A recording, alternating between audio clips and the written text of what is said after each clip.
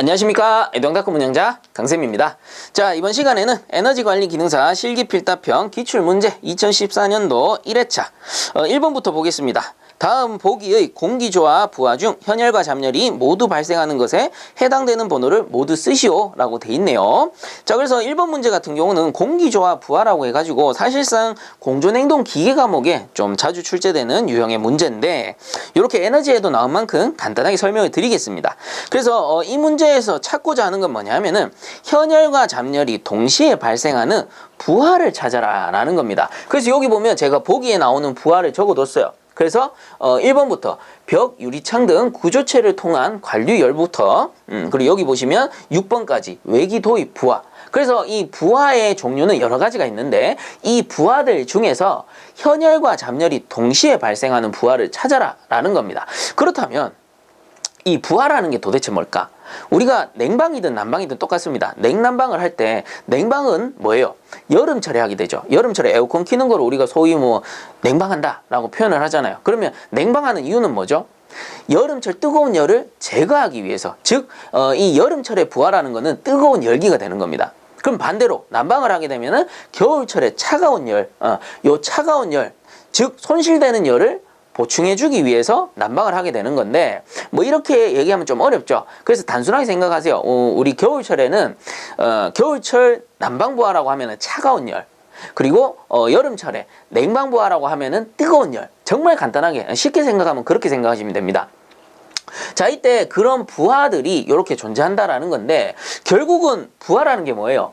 여름철에는 뜨거운 열이고요, 겨울철에는 차가운 열이야. 다시 말해 열이라는 겁니다. 열.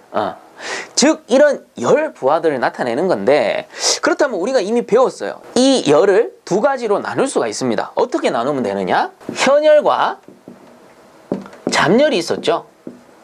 자, 그래서 이 현열과 잡열을 모두 더하면은 뭐였습니까?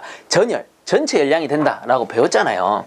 자, 이때 현열이라는 거는 온도 변화를 나타냅니다. 온도만 변하고 상태가 변하지 않을 때를 현열이라고 했었고, 그리고 상태만 변할 때, 온도 변화 없이 상태만 변할 때를 우리는 잡열이라고 배웠죠. 자, 그래서 이 열 부하들도 마찬가지예요.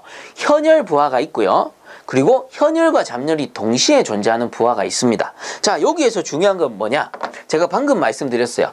자, 이 열 부하 중에서 현열만 존재한 부하가 있을 수 있고요, 그리고 현열과 잡열이 동시에 존재하는 부하가 있을 수 있다라는 겁니다. 즉 잡열만 혼자 따로 존재할 수는 없다라는 겁니다. 우리가 열부하를 나타낼 때 그 이유는 뭐냐면은 현열이라는 건 우리 쉽게 얘기하면 전도열량 생각을 해봅시다. 전도열이라는 건 뭐예요? 이렇게 제가 손을 마주하고 있으면 뜨거운 열이 차가운 쪽으로 옮겨갈 수 있죠. 그래서 이런 거를 전도열이라고 하는데, 이렇게 전도가 될 때 온도가 변할 수는 있지만 상태가 변하느냐? 상태가 변할 수 없다라는 겁니다. 즉 현열 부하는 자기 혼자 발생할 수 있어요. 근데 잡열 부하라는 거는, 잡열은 뭐예요? 상태가 변하는 거잖아요. 그럼 상태가 변하려면 어쩔 수 없어. 어쩔 수 없이 주변의 열을 훔쳐서 주변의 열, 즉 에너지를 훔쳐서 자기가 상태가 변해야 돼요. 그렇기 때문에 상태가 변하면서 자연스럽게 주변의 열량을 바꿀 수가 있습니다. 바꿀 수밖에 없는 거예요. 그렇기 때문에 잡열이 발생한다라는 거는 주변의 온도가 바뀌죠. 이렇게 주변의 에너지를 훔치니까. 그래서 잡열이 발생하면서 현열도 같이 발생할 수밖에 없는 겁니다. 그러니 현열만 따로 존재할 수 있는 부하는 있대, 잡열만 따로 존재하는 부하는 없다. 즉 현열 또는 현열 잡열이 동시에 발생하는 부하라고 봐야 된다라는 겁니다. 자, 그렇다면 이 중에 현열만 존재하는 부하와 현열과 잡열이 동시에 존재하는 부하가 어떤 것들이 있는지 한번 살펴볼 텐데, 여러분들 요거 두 가지를 구분하는 방법은 쉽습니다. 하나밖에 없어요. 자, 현열만 존재할 때는 수분이 없는 거예요. 그리고 현열과 잡열이 동시에 존재할 때는 수분이 있는 열이다. 이렇게 생각하시면 됩니다. 그래서 상태가 변할 때 기화잡열이라든가 응고잡열이라든가 요런 이제 수분의 변화 상태를 나타낼 수 있는 열들이 발생한다라는 겁니다. 즉 잡열이 발생할 때는 수분이 따라온다. 이렇게 보시면 돼요. 이렇게만 정리하면 모든 문제를 풀 수가 있습니다. 자, 그래서 이렇게 보시면 됩니다. 첫 번째 열부터 한번 볼게요. 첫 번째, 벽, 유리창 등 구조체를 통한 관류열, 부하 이렇게 돼 있는데, 이런 거예요. 우리가 건물이 있다라고 치면은 외벽이 있고 창문도 있을 수 있어요. 이때 외벽을 통한 부하, 뭐 우리가 냉방을 한다라고 치면 뜨거운 열이 이렇게 벽을 통해서 들어올 수 있고요. 또 마찬가지 뜨거운 열이 이렇게 유리창을 통해서 들어올 수 있습니다. 이때 벽이라는 건 막혀 있죠. 막혀 있기 때문에 어쩔 수 없어요. 이거 뚫고 들어올 수 없기 때문에 이때 발생하는 열량은 전도열이라고 불러요. 전도. 이 외벽, 딱딱한 고체를 타고 들어오기 때문에 전도열량이라고 부릅니다. 그러면 이 외벽과 내벽의 온도는 달라지겠죠. 그래서 전도열량이라는 거는 현열이에요. 현열. 외부에 있는 수분이 들어올 수 없어. 막혀 있기 때문에. 그리고 여기 유리창도 마찬가지죠. 우리가 부하를 산정할 때 유리창은 닫아놓은 상태라고 봅니다. 그래서 닫아놓은 상태에서 이렇게 열이 전달되기 때문에 이거는 뭐예요? 외벽하고 똑같죠. 막혀있기 때문에 전도열이라고 봅니다. 전도열. 그래서 벽, 유리창 등으로 들어오는 이 관류열 부하는 전도열이기 때문에 수분이 들어올 수 없죠. 막혀있기 때문에. 그래서 요거는 현열이라고 봅니다. 현열. 현열만 존재하는 부하다. 이렇게 보시면 돼요. 자, 그 다음에 두 번째. 틈새 바람에 의한 열부하라고 돼 있는데 요 틈새 바람을 다른 말로 극간풍이라고도 불러요. 극간풍. 자, 요렇게도 부릅니다. 자, 그래서 이 틈새 바람이라는 거는 뭐 별거 없어요. 요런 유리창 틈, 창문을 설치했더라도 창문에 틈이 있을 수 있겠죠. 그리고 문을 설치했는데 문에도 틈이 발생할 수 있죠. 이런 틈으로 뭐가 들어와요? 외기 공기가 들어올 수 있습니다. 자, 이때 외기 공기, 냉방할 때는 여름철 뜨거운 공기가 들어올 거고요. 난방을 하게 되면 외부에 있는 차가운 공기가 들어올 수가 있습니다. 자, 이런 것들이 부하라고 했죠. 그래서 이런 외부에 있는 공기가 들어오는 요 부하에서는 어때요? 공기 내부에는 수분이 존재하죠. 그렇기 때문에 현열과 잡열이 동시에 존재한다라고 보는 겁니다. 자, 그래서 요 틈새 바람 또는 극간풍, 외기 공기가 들어오기 때문에 현열과 잡열이 동시에 존재하는 부하다라고 보는 겁니다. 자, 그 다음 세 번째, 사람 몸으로부터 발생되는 인체 부하. 감이 오세요? 자, 사람 몸에도 수분이 있다 없다? 있죠. 사람 몸에 수분이 엄청나게 많습니다. 제가 듣기로는 정확하게 기억 안 나는데 대략 한 70% 이상 수분이 있다라고 해요. 자, 그래서 정확한지 모르겠어요. 저도 오래돼가지고 본지. 혹시나 틀렸다면 댓글 남겨주시면 될 것 같고요. 자, 어쨌든 사람 몸에도 수분이 존재하죠. 그래서 우리가 말을 할 때 혹은 운동을 할 때 땀이 날 수도 있고 말할 때 침이 튈 수도 있는 겁니다. 이렇게 사람 몸 안에도 수분이 존재하기 때문에 현열과 잡열이 동시에 존재한다. 이렇게 보시면 되는 거예요. 자, 그 다음 네 번째, 형광등에서 발생되는 기기 부하라고 돼 있는데 우리 형광등에서는 열이 발생합니다. 그렇기 때문에 형광등 부하는 형광등만 봤을 때는 요건 열이 발생하기 때문에 냉방 부하라고 봐야 되겠죠. 열이 발생하니까. 그래서 어쨌든 냉방 부하로서 이렇게 이제 형광등에서 열이 발생하는데 형광등에 수분이 있다 없다? 없겠죠. 그냥 전열량이에요. 수분이 발생할 수 없습니다. 형광등에서는.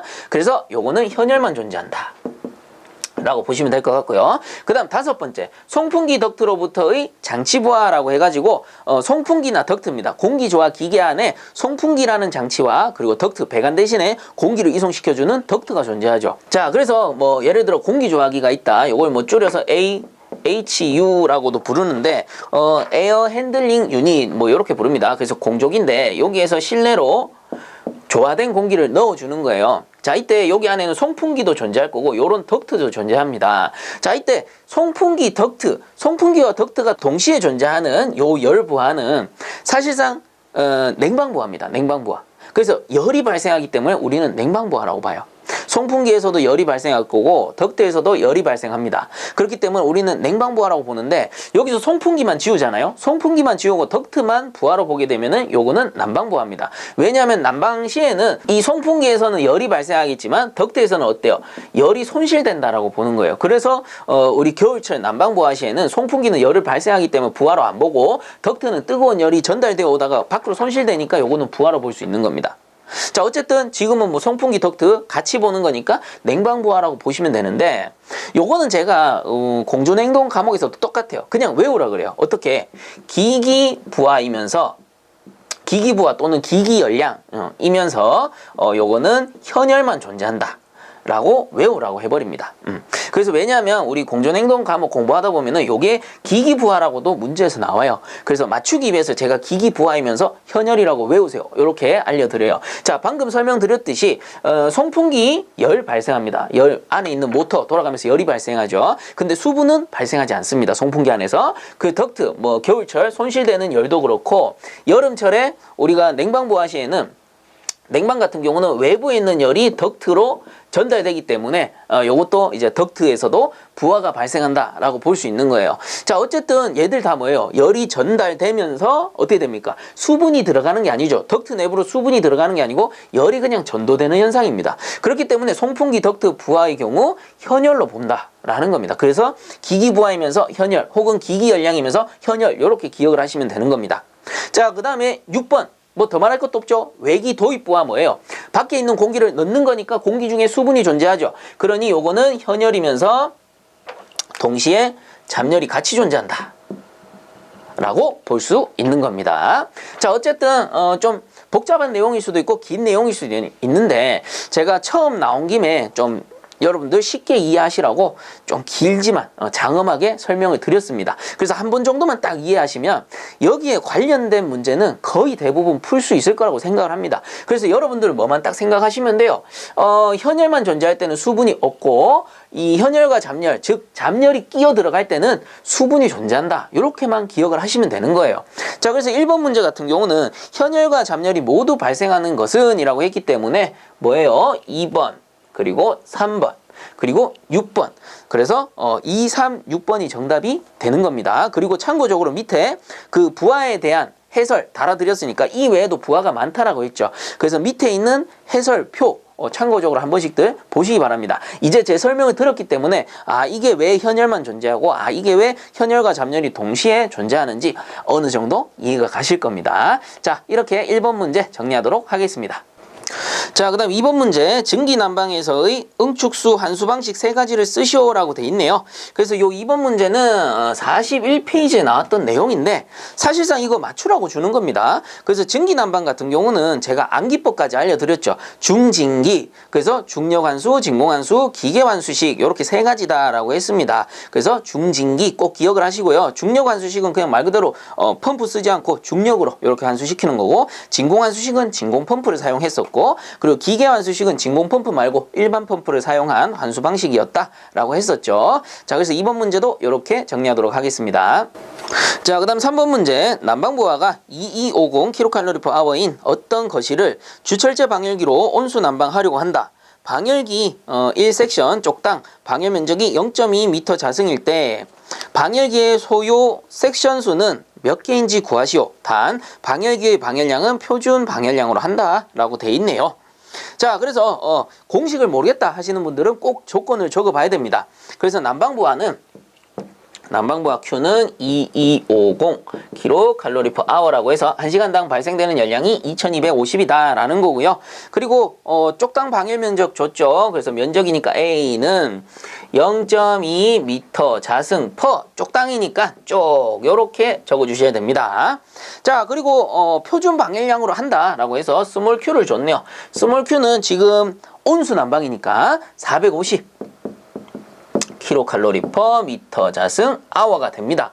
만약에 그 온수 난방이 아니고 증기 난방이면 요게 650으로 바뀌어줘야 되겠죠.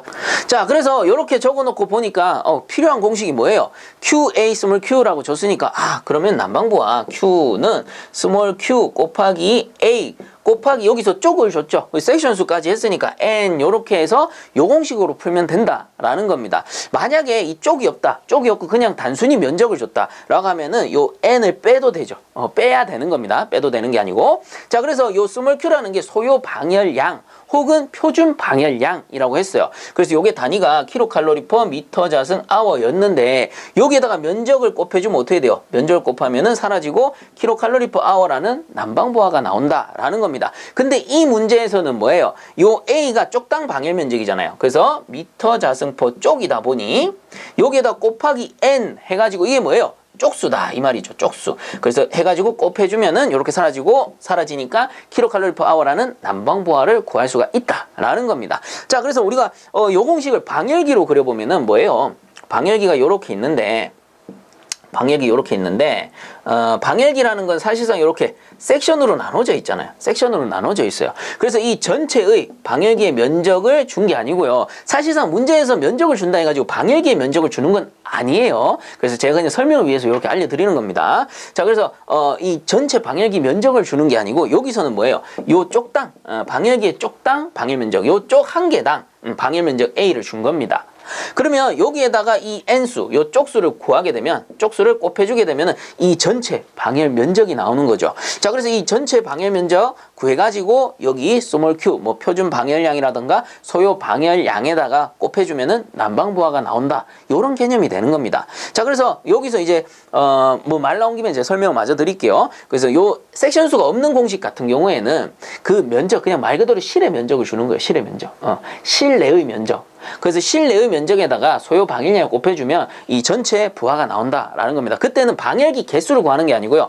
전체 소요 방열량을 구해가지고 거기에 맞는 방열기 개수를 맞추는 거예요. 사실상 실제로 우리가 부하를 선정할 때. 자, 그런 개념이니까 뭐 그렇구나 하고 넘어가시면 되고요. 이 단위를 보시고 만약에 쪽수가 있다 하면은 요 난방부하 Q는 스몰 q 곱하기 AN이 되는 거고요.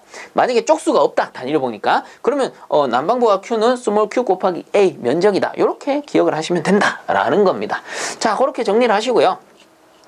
그대로 넣어보면 되겠죠. 자, 이 문제에서는 섹션 수를 구해라라고 했으니 요 n을 구해야 됩니다. 그러면 n을 구하려면 어떻게 합니까? 공식을 바꿔야 되죠. 요 스몰 n은 나머지 내려가면 돼요. 스몰 q 곱하기 a 분의 대문자 q 이렇게 하면 된다라는 거고, 그래서 요거를 이제 구해보면 n은 자 스몰 q 얼마? 450 곱하기 쪽당 방열 면적은 0.2 분의 난방부하는 2250 이렇게 되겠죠. 단위 환산 한번 해보면 킬로칼로리 퍼 아워가 되고요. 그 얘는 킬로칼로리 퍼 미터 자승 아워가 되고, 얘는 쪽당 미터 자승 퍼 쪽이 되니까 미터 자승 사라지고 킬로칼로리 퍼 아워 사라지죠. 그럼 쪽은 본분수로 이렇게 역수치해서 올라가게 됩니다. 자, 그래서 한번 구해보니 답이 얼마냐? 답이 25쪽 이렇게 나오네요. 자, 그래서 요거를 계산 과정에 적어주시고 답란에다가 25쪽까지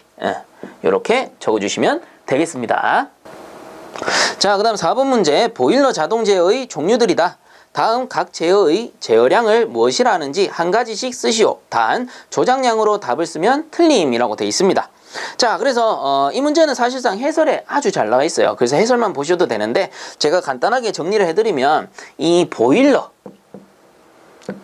자동 제어라는 거는 우리가 영어 약자로 쓰면 A, B, C라고 해요. 외우기 좋죠. 뭐냐면은 오토 보일러 컨트롤, 뭐 사실 외울 것도 없습니다. 그래서 이거를 오토 보일러 컨트롤이라고 해가지고 보일러 자동 제어 혹은 자동 보일러 제어 이렇게 부르는 겁니다. 그래서 이 녀석은 크게 세 가지 종류로 나눌 수가 있어요. 뭐냐면은 자 처음에 나오는 게 증기 온도 제어, 증기 온도 제어라고 해가지고 요거를 STC, 그래서 스팀 템퍼레이처 컨트롤이라고 합니다. 그래서 증기 온도 제어가 되고요. 그 다음에 급수 제어, 급수 제어를 FWC라고 해가지고 피드 워터 컨트롤이라고 부릅니다. 그래서 우리가 앞서 요 급수 제어 같은 경우에는 수위 제어 방식 세 가지를 쓰시오라고 해가지고 급수 제어 방식 안에 1, 2, 3 요소식이 있다라고 했습니다. 그래서 수증급으로 외워달라라고 했는데 뭐 어쨌든 이 문제랑은 지금 관계는 없어요. 그래서 참고적으로 들으시면 되고요. 자, 그 다음에 자동 연소 제어, 자동 연소 제어 라는 게 있습니다. 요게 이제 약호로는 ACC라고 해서 오토 컨버지션 컨트롤이라고 보시면 됩니다.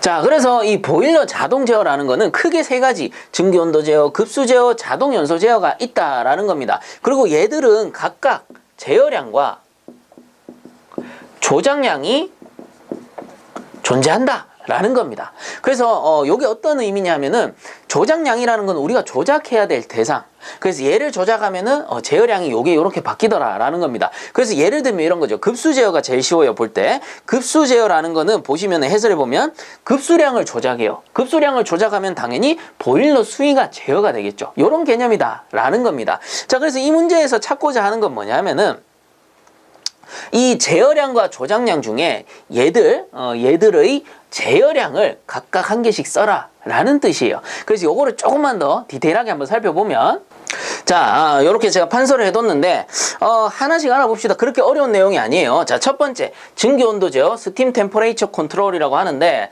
일단 요 증기온도 제어는 증기의 온도를 제어하는 겁니다. 자, 그러려면 조작량이 뭐냐? 전열량이 되는 거예요. 전열량. 그래서 보일러에서 뭐 그냥 연소하고 나서 버려지는 열을 우리가 폐열이라고 하죠. 그 폐열 또는 배열이라고 하는데, 여기에다가 뭐 폐열 회수 장치라든가 혹은 바이패스 이음을 통해 가지고 증기를 한 번 더 데운다든가, 자, 요렇게 하면 어떻게 돼요? 증기 온도를 제어할 수 있다라는 겁니다. 그래서 전열량을 조절해서, 뭐 전열량 결국 뭐예요? 우리가 노통 보일러 같은 경우는 노통의 그 외면이 전열면이고, 그 전열면을 우리가 조작할 수는 없기 때문에 어떻게 합니까? 폐열 회수 장치 혹은 바이패스 이음을 통해서 요런 전열량을 조작한다라는 겁니다. 이렇게 조작해 가지고 증기 온도를 제어할 수 있는 거고, 그 다음에 급수 자동 제어, 피드 워터 컨트롤, 뭐 혹은 줄여서 급수 제어. 요 경우에는 앞에서도 설명했듯이 쉽죠? 급수량을 조작하면은 보일러 수위를 제어할 수 있다라는 거고요. 그 다음에 자동 연소 제어, 오토 컨버지션 컨트롤 같은 경우에는 자, 두 개를 제어할 수 있습니다. 증기압력과 논해압력을 제어하는데, 이때 증기압력을 제어할 때는 연료량과 공기량을 조작합니다. 그래서 넣어주는 연료량과 공기, 우리 뭐 송풍기라든가 연료 밸브를 조작하면 되겠죠. 그렇게 조작을 하게 되면 어떻게 돼요? 많이 넣어주면은 증기압력이 올라가겠죠. 증기가 더 많이 발생할 테니까. 연소가 잘 되면 증기가 더 많이 발생할 거 아니에요. 자, 이런 식으로 연료량과 공기량을 이용해서 증기압력을 조정하게 되고요. 그 다음 논해압력은 뭐예요? 우리 연소실 내부의 압력을 얘기하는 건데, 이 논해압력을 제어하려면 연소가스량을 조절하면 된다라는 겁니다. 그래서 연소가스량을 조작해서 연소가스의 양, 연소가스 결국 어디로 들어가요? 연소실 내부로 들어가는 그 가스의 양이기 때문에 얘들이 늘어나게 되면 논해압력은 올라갈 거고, 그리고 연소가스 양은 줄어들면은 논해압력도 따라서 줄어든다. 이런 개념이다라는 겁니다. 자, 그래서 요 4번 문제 다시 한번 보면은, 다음 각제의 제어량을 무엇이라고 하는지 한 가지씩 쓰시오라고 했잖아요. 이 조작량을 쓰면 틀린다라고 나온 겁니다. 그래서 요걸 써라. 제어량을 써라. 그래서 첫 번째 자동 연소 제어 ACC는 뭡니까? 증기압력 또는 논해압력, 요 둘 중에 하나 적으시면 되는 겁니다. 그 다음에 나의 급수 제어 같은 경우 요거는 보일러의 수위가 되죠. 제어량이. 그 다음에 증기온도 제어는 요 증기온도가 제어량이 되겠다라는 겁니다. 자, 요렇게 해서 4번 문제도 정리하도록 하겠습니다. 자, 그 다음 5번 문제, 관의 결합 방식 표시 방법에서 나사 이음, 플랜지 이음, 소켓 이음, 유니언 이음을 각각 그림 기호로 도시하시오라고 돼 있네요. 그래서 하나씩 보면 가번은 나사이음이라고 되어 있습니다. 그래서 이렇게 해서 그냥 짝대기 하나, 제일 쉬워요. 요게 나사이음이고, 그 다음에 나번은 소켓이음. 그래서 이렇게 해가지고 이런 식으로 그려주시면 됩니다. 그래서 요게 엄밀히 따지면은 주철관 소켓이음을 나타내는 거예요. 그리고 다른 말로는 턱걸이 이음이라고도 부르죠. 혹은 뭐 소켓이음. 요렇게 이제 번갈아 가면서 문제 나올 수 있으니까 참고적으로 알아두시면 좋을 것 같고요. 그 다음에 다번 같은 경우는 플랜지이음. 그래서 플랜지이음은 그냥 간단하게 두 줄 요렇게 하면은 플랜지이음. 그 다음에 라번은 유니언이음. 그래서 유니언은 요렇게 해가지고 긴 거 하나, 양쪽에 짧은 거 하나 요렇게 그려주시면 되겠습니다. 자, 5번 문제도 요렇게 정리하도록 할게요. 자, 그 다음 6번 문제, 온수 온도를 시공할 때 방열관의 병렬식 배관 방법 중 미완성된 분리주관식과 인접주관을 간단히 도시하시오라고 돼 있네요. 자, 그래서 여기서부터 보면 인접주관식과 분리주관식이 나와 있습니다. 자, 그래서 한번 그려볼 텐데, 일단은 한번 보세요. 보고 설명 들으면 딱 한 번만 기억하시면 요렇구나. 어려운 게 아니에요. 절대 어려운 게 아니에요.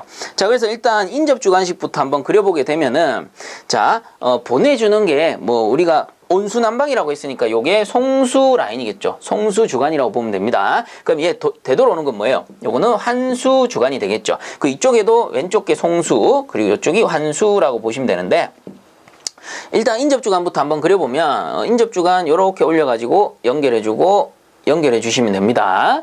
자, 그리고 송수주관 같은 경우 이렇게 올려가지고 연결해주고 여기서 점프 연결해 주시면 됩니다. 그 점프 뭐 이래 해도 되고 위로 해도 되고 그런 건 뭐 따지지 말자고요. 어차피 똑같은 거니까. 그래서 이런 식으로 연결을 해주세요. 요게 인접주관식이고요.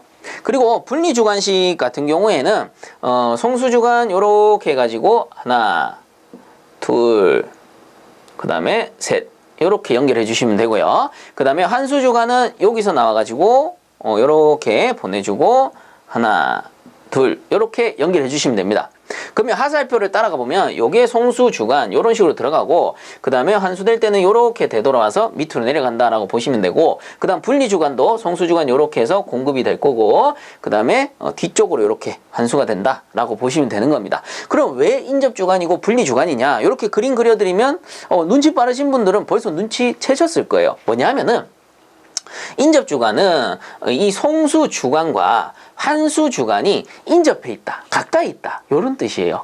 그리고 분리 주간은 이 송수 주간과 환수 주간이 이렇게 멀리 있다, 분리돼 있다 이런 뜻입니다.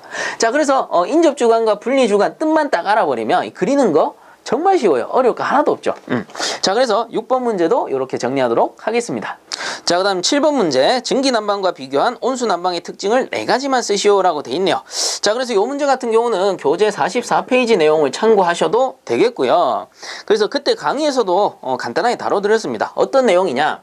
이 증기난방과 온수난방을 비교할 때는 이것만 기억하면 된다라고 있습니다. 증기난방이 열량이 높고 온도가 높아요. 온수난방에 비해서. 그리고 온수난방은 요 증기난방에 비해서는 열량이 낮고 온도가 좀 낮은 편입니다. 이렇게 기억하시면 되죠. 그럼 어떻습니까? 우리 열만 가지고 봤을 때는 증기난방이 좀 더 좋은 것 같아요. 그러나 취급상에는 어때? 이 증기난방은 너무 고온이다 보니까 화상의 위험이라든가 취급상 부주의로 인한 사고가 좀 발생할 우려가 있죠. 근데 온수난방은 어때요? 요게 열량이 아무래도 증기난방보다는 낮고 온도가 낮기 때문에 좀 안전하다 보니까 취급이 용이하고 온도 조절이 쉽다. 즉 방열량 조절이 좀 더 수월하더라 라는 뜻입니다. 이런 특징들이 나온다라는 거예요. 자, 그래서 특징 4가지 온수난방의 특징입니다. 온수난방의 특징 4가지만 쓰시오라고 했으니까 자, 하나씩 보면 1번 예열시간이 길다. 자, 요거는 뭐예요? 단점이라고 볼 수 있는데 증기난방은 기본적으로 고온과압을 순간적으로 발생시켜야 되죠. 그렇기 때문에 버너의 용량이 엄청나게 큽니다. 그러니까 순간적으로 확 가열해서 예열 시간이 짧아요. 근데 온수난방은 서서히 가열해요. 서서히 증기난방에 비해서입니다. 증기난방에 비해서 서서히 가열하다 보니까 예열 시간이 좀 길다. 그런 단점이 있더라라는 겁니다. 자, 그 다음 2번째 방열량 조절이 용이하다. 그건 왜 그래요? 얘는 온도가 높아서 위험하고 얘는 온도가 얘보다는 낮으니까 좀 덜 위험하다. 그렇기 때문에 방열량 조절, 즉 취급이 좀 용이하다라는 뜻이고요. 그 다음 3번째 동결의 위험이 작다. 그거는 왜 그럴까? 자, 증기의 비열 그리고 온수의 비열을 비교하자면 이 액체 상태의 비열이 훨씬 큽니다. 얘는 작아요. 그 말은 무슨 말이냐면은 비열이 큰 녀석의 장점이 뭐예요? 비열이 크다라는 걸 이꼬르 열 용량이 크다 라고 볼 수 있죠. 열 용량이 크다라는 거는 열을 담아 놓을 수 있는 그릇이 크다. 즉 보일러를 2개 다 운전하다가 동시에 끄더라도 증기 보일러는 금방 식어요. 비열이 작기 때문에. 근데 온수 보일러는 어때요? 비열이 크기 때문에 열 용량이 크죠. 그래서 미열이 오래 남습니다. 자, 그러므로 이 온수 난방은 예열하는 데 시간은 좀 오래 걸릴지언정 이제 운전하고 있는 상태에서 보일러를 껐을 때는 미열이 오래 남는다라는 장점이 있어요. 자, 그래서 미열이 오래 남기 때문에 동결의 위험은 증기 보일러보다 낮다라는 거고요. 자, 그 다음 4번째 방열 면적이 넓고 취급이 쉽다. 자, 그래서 요건 어떻게 봐야 되냐면 일단 증기 보일러 같은 경우는 고온 고압이잖아요. 그렇기 때문에 배관의 직경이 온수 보일러보다는 좀 작아요. 그리고 온수 보일러는 증기 보일러보다는 배관의 직경이 이렇게 커집니다. 왜 그러냐? 일단 증기 보일러가 고온 고압이잖아요. 그래서 고압에 버티려면은 직경이 작아져야 되는 거고, 그리고 열량이 크기 때문에 직경이 좀 작아져도, 전열 면적이 좀 작아져도 충분한 효율을 뽑을 수 있다라는 거고, 이 온수 보일러 같은 경우에는 고압은 아니지만 이 증기 보일러랑 비교한 겁니다. 얘보다는 고압은 아니지만 열량이 작잖아요. 열량이 작으니까 배관의 직경을 크게 해가지고 전열 면적을 일부러 이렇게 넓혀 놓은 겁니다. 그래서 이게 특징으로 나오는 거예요. 자, 그러므로 방열 면적이 넓고 취급이 쉽다. 이 전열 면적이 다 뭐예요? 방열 면적이다 라고 볼 수 있는 거잖아요. 그래서 직경 자체가 커지니까 방열 면적이 넓고 취급이 쉽다라는 4번째 특징이 나오는 겁니다. 자, 그래서 정답에 있는 특징 4가지를 적으셔도 되고요. 그 외에도 뭐 해설해 보시면 5번째 건축물의 높이에 제한을 받는다. 왜 그래요? 온수는 물을 올려야 되니까 이 물을 높일 수 있는 그 높이 제한이 있겠죠. 근데 증기는 어때요? 공기보다 밀도가 가볍기 때문에 굳이 내가 올리지 않더라도 지 혼자 올라가는 겁니다. 높이에 제한이 없어요, 증기는. 자, 거기에 비해서 온수 난방은 건축물의 높이에 제한을 받을 수 있고, 그 다음 6번째 방열기 표면 온도가 낮아 화상의 위험이 적다. 요거는 이제 아시겠죠? 증기에 비해서 온수의 온도가 낮으니까 좀 취급상 용이하고 화상의 위험이 적다라는 거겠죠. 자, 요렇게 7번도 정리하도록 하겠습니다. 자, 그 다음 8번 온수 난방에서 밀폐식 팽창 탱크가 운전 중 받는 수도압 미터 아쿠아를 구하시오. 단 밀폐식 탱크의 수면과 가장 높은 배관까지의 수직 높이는 12m, 그리고 공급 온수온도 105도씨에서의 포화 증기 압력은 1.23kg/제곱센치, 순환 펌프의 양정은 10m이다 라는 건데, 자, 요런 문제는 공식을 하나 외워주시면 좋을 것 같아요. 그래서 요 밀폐식 팽창 탱크 수도압을 구하는 공식입니다. HR은 해설에 나오죠. H 더하기 HT에다가 더하기 2분의 1의 HP, 그 다음 더하기 마지막에 2를 해주시면 된다라는 겁니다. 자, 그래서 요 HR이 수도압, 미터 아쿠아예요. 이렇게 몇 미터까지 올릴 수 있느냐, 물을 몇 미터 올릴 수 있느냐, 요거를 수도압이라고 했죠. 그 다음에 H라는 게 최고부의 높이. 당연히 최고부까지 압력을 높여줘야 되겠죠. 물을 거기까지 올려야 되니까 최고부의 높이 들어가겠고요. 그 다음에 HT라는 거는 그 온도, 공급 온도에서의 포화 증기 압력. 그래서 포화 증기 압이라고 보시면 되고요. 그 다음 HP라는 건 펌프입니다. 펌프. 그래서 펌프의 양정 이라고 보시면 됩니다. 그래서 얘들의 단위가 전부 뭐냐면은 전부 미터예요. 미터. 그래서 미터를 다 더해주니까 미터가 나온다라는 겁니다. 그래서 아쿠아라는 건 생략이 돼 있는데 어쨌든 얘들 단위를 전부 미터로 맞춘 상태에서 다 더해줘야 돼요. 그래서 단위가 같아야 더할 수가 있죠. 기본적으로. 그래서 우리는 미터라는 단위로 통일시켜서 그냥 더해주기만 하면 됩니다. 단 펌프의 양정은 2분의 1이고요. 반입니다. 반. 그리고 마지막에 더하기 2만 해주시면은 요 수도압을 구할 수 있다라는 겁니다.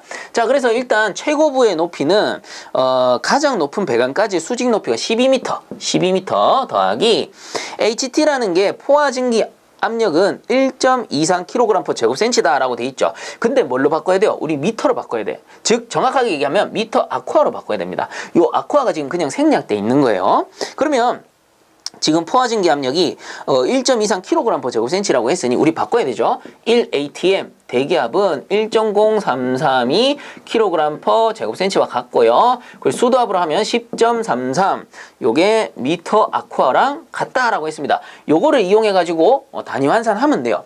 그래서 여기서는 지금 1.23kg/제곱센치라고 나와 있으니까 요거를 이제 바꾸기 위해서는 요 단위를 없애야 됩니다. 나누기 대기압 얼마? 요거 1.0332kg/제곱센치가 되죠. 그러면 단위가 사라집니다. 무차원수가 돼요. 거기에다가 내가 원하는 단위 곱하기 요 미터 아쿠아로 바꿀 거라며 그 10.33 미터 아쿠아를 넣게 되면은 요 단위로 바뀐다라는 거죠. 그래서 요거를 구해보면은 해설에도 나오지만 12.3 미터 아쿠아가 나온다라는 겁니다.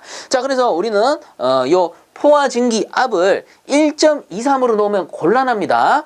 단위를 미터 아쿠아로 바꿔야 돼요. 그래서 바꿔보니 12.3으로 바뀌더라라는 겁니다. 그리고 더하기, 요거는 이제 지워버리고요. 더하기 2분의 1 곱하기 얼마? 펌프의 양정 10m. 자, 더하기 마지막이 2 요렇게 해주시면 된다라는 겁니다. 자, 그래서 구해보면은 31.3 미터 아쿠아 가 나온다라는 거죠. 그래서 요거를 이제 계산 공식 혹은 뭐 계산 과정에다 적어주시면 되고요. 그 다음 답은 31.3 미터 아쿠아라는 거 이렇게 적어주시면 되겠습니다. 자, 그 다음 9번 문제. 주철제 5세주형 방열기의 높이가 650mm, 쪽수가 24개, 그리고 방열기의 유입측 간경이 25mm, 유출측 간경이 20mm일 때 아래 방열기의 도시교를 완성하시오. 이제 맞추라고 주는 거죠. 그래서 뭐 해설 간단하게 적어드리면 요렇게 해가지고 매니에가 쪽수였고, 그 다음 형식 혹은 뭐 종별 이렇게 얘기했었고요. 형식, 높이, 유입 간경, 유출 간경, 이렇게 보시면 된다라고 했었죠. 자, 그래서 그대로 놓습니다. 쪽수가 지금 24쪽, 24개라는 소리고, 그 다음에 5세주형, 그러면 5 혹은 뭐 5C 적으셔도 되고요. 그 다음에 높이가 650, 그 다음 유입이 25mm, 그 다음에 유출이 20mm. 뭐 간혹 A라고 나오는 경우도 있습니다. 25A, 20A 뭐 이런 식으로 나오는 경우도 있는데 우리가 도시기호에 표시할 때는 굳이 단위까지 안 적으니까 뭐 크게 상관할 필요는 없을 것 같습니다. 자, 그래서 9번 문제 답은 이렇게 작성해 주시면 되겠습니다. 자, 그 다음 10번 문제. 다음은 유료용 온수 보일러의 설치 계략도이다. 아래 각 부품에 맞는 번호를 계략도에서 찾아 쓰시오 라고 되어 있습니다. 자, 그래서 요런 문제 있죠. 특히나 요 그림 이런 식으로 계략도를 주고 뭐 명칭을 쓰시오 라는 문제는 사실상 이 현장에 계신 분들은 몇 번 이렇게 보면은 금방 알아보세요. 근데 처음 보시는 분들, 현장에 계시지 않고 그냥 공부만 이렇게 처음 해보시는 분들은 좀 낯설 수가 있는데 어쩔 수 없습니다. 요거는 이제 그림 주고 맞추라 라는 문제는 어쩔 수 없어요. 여러 번 보고 익히는 수밖에 없습니다. 익히고 외우고. 근데 이것도 한 몇 번 보다 보면은 어느 정도 익숙해지실 거예요. 자, 그래서 하나씩 짚어보면 갈로 1번은 급수 탱크예요. 그래서 급수 탱크는 이제 보일러에 부족한 보충수를 넣어주는 개념이 되겠죠. 급수를 행해주는 탱크입니다. 근데 요 급수 탱크 라인을 자세히 보시면 보일러 쪽으로 바로 연결하는 게 아니고 통상 보면 팽창 탱크 쪽으로 연결이 됩니다. 그래서 팽창 탱크에 연결해서 팽창 탱크에서 보충수를 넣어주죠. 왜? 급수 탱크에서 보일러로 바로 들어가 버리면 이 차가운 물을 뜨거운 보일러에 바로 넣어버리는 개념이기 때문에 부동 팽창이라든가 기타 열응력이 발생할 수 있죠. 그래서 팽창 탱크 쪽으로 먼저 급수를 넣어주고 팽창 탱크에서 이제 실제로 보일러 쪽으로 급수를 행해주는 그런 개념이다라고 보시면 되는데 어쨌든 갈로 1번은 급수 탱크고요. 그 다음 갈로 2번은 순환 펌프입니다. 그래서 난방수를 순환시켜주는 순환 펌프가 되겠고요. 그 다음 갈로 3번 같은 경우는 급탕용 온수 공급관이라고 합니다. 줄여서 뭐 급탕수 공급관 이렇게 보셔야 되는데 이 급탕용 온수 공급관 같은 경우에는 말 그대로 급탕수를 보내주는 라인이에요. 그래서 급탕수란 게 뭐겠어요? 우리가 샤워할 때 쓰는 따뜻한 물이라든가 혹은 탕비실 싱크대에서 쓰는 따뜻한 물을 보내주는 라인이다 라고 보시면 됩니다. 그래서 갈로 3번은 급탕용 온수 공급관 혹은 급탕수 공급관 이렇게 보시면 되고요. 그 다음 갈로 4번은 급탕용 온수 환수 라인입니다. 그래서 뭐 요걸 줄여서 급탕수 환수 라인 이렇게 부르셔도 되고요. 뭐 어쨌든 요런 라인이 있구나, 급탕용 라인이 있구나 이렇게 알아두시면 좋을 것 같고, 그 다음 5번 같은 경우가 팽창 탱크가 되겠죠. 그래서 팽창 탱크 윗단을 보시면 급수 탱크에서 배관이 연결되어 있는 걸 보실 수가 있을 겁니다. 그래서 급수 탱크에서 이렇게 팽창 탱크 쪽으로 먼저 보내주고 팽창 탱크에서 이제 급수관을 통해서 보일러 쪽으로 넣어주는 개념이 되겠습니다. 그 다음 갈로 6번 같은 경우는 요거는 에어변 혹은 에어핀 이렇게 부르게 되고요. 그래서 요거는 공기를 빼주는 밸브다라고 보시면 돼요. 그리고 갈로 7번은 요게 난방수 공급 라인입니다. 그래서 난방용 온수를 보내주는 라인이에요. 그래서 보일러라는 게 급탕 라인과 난방 라인이 따로 있죠. 그래서 급탕 라인에서 급탕수를 우리가 뭐 샤워할 때 쓴다던가 이런 급탕수를 보내주는 라인이 있고, 그 다음 실제 난방에 사용되는, 난방이라고 하면은 우리 온돌방 같은 경우는 배관이 바닥 밑에 매설돼 있죠. 그래서 요런 이제 방열관 쪽으로 공급되는 난방수도 있을 수 있고, 그리고 온돌방 아니고 일반 그냥 사무실 그 난방용이다 그런 방열기 쪽으로 보내주는 요런 난방수를 공급하는 라인이 있을 수 있겠다라는 겁니다. 그래서 갈로 7번은 난방수 공급 라인이 되고요. 그 다음에 갈로 8번은 난방수 환수 라인이 되겠죠. 난방수가 이렇게 순환하니까 보내주고 되돌아오는 이런 공급 라인과 환수 라인으로 나눌 수 있는 겁니다. 그 다음에 갈로 9번 같은 경우는 팽창관이라고 해요. 그래서 자세히 보시면 팽창 탱크에서 이렇게 내려와서 보일러 환수 라인에 연결이 되어 있습니다. 자, 그래서 보일러 온수 보일러니까 보일러 내부 혹은 배관 내부에서 온수가 팽창하게 되면 이 팽창관을 통해서 그 팽창을 팽창 탱크로 전달해서 흡수를 해준다라는 개념이 되겠죠. 그래서 갈로 9번은 팽창관이 되겠고, 그 다음 갈로 10번은 요게 이제 그 온돌방 같은 경우 배관이 매설되어 있는 방열관이다 라고 보시면 되고요. 그 다음에 갈로 11번은 누가 봐도 방열기처럼 생겼죠. 그래서 갈로 11번은 방열기다 라고 보시면 되겠습니다. 자, 요 정도로 정리하고요. 요게 이제 해설에 나와 있는 내용이니까 헷갈린다 하시는 분들은 몇 번씩 보시면 좋을 것 같습니다. 자, 그래서 요 10번 문제 정답은 가번 같은 경우는 급탕용 온수 공급관 요게 3번이었고, 그 다음에 나번 같은 경우는 난방용 온수 환수관은 환수관이죠. 난방용 온수 환수관입니다. 이 녀석은 8번이 되겠고요. 그 다음에 다번 같은 경우는 급수 탱크니까 요거는 1번이죠. 제일 왼쪽 위에 있는 거. 그 다음에 라번 같은 경우는 팽창관. 팽창관은 팽창 탱크 밑과 그리고 보일러 환수 라인에 연결되어 있는 9번이 되겠다라는 겁니다. 자, 10번 문제도 이렇게 정리하도록 하고요. 자, 이렇게 해서 이번 회차도 마치도록 하겠습니다. 본 영상이 도움되셨다면 구독과 좋아요 한 번씩 부탁드리겠습니다. 자, 수고들 많이 하셨습니다.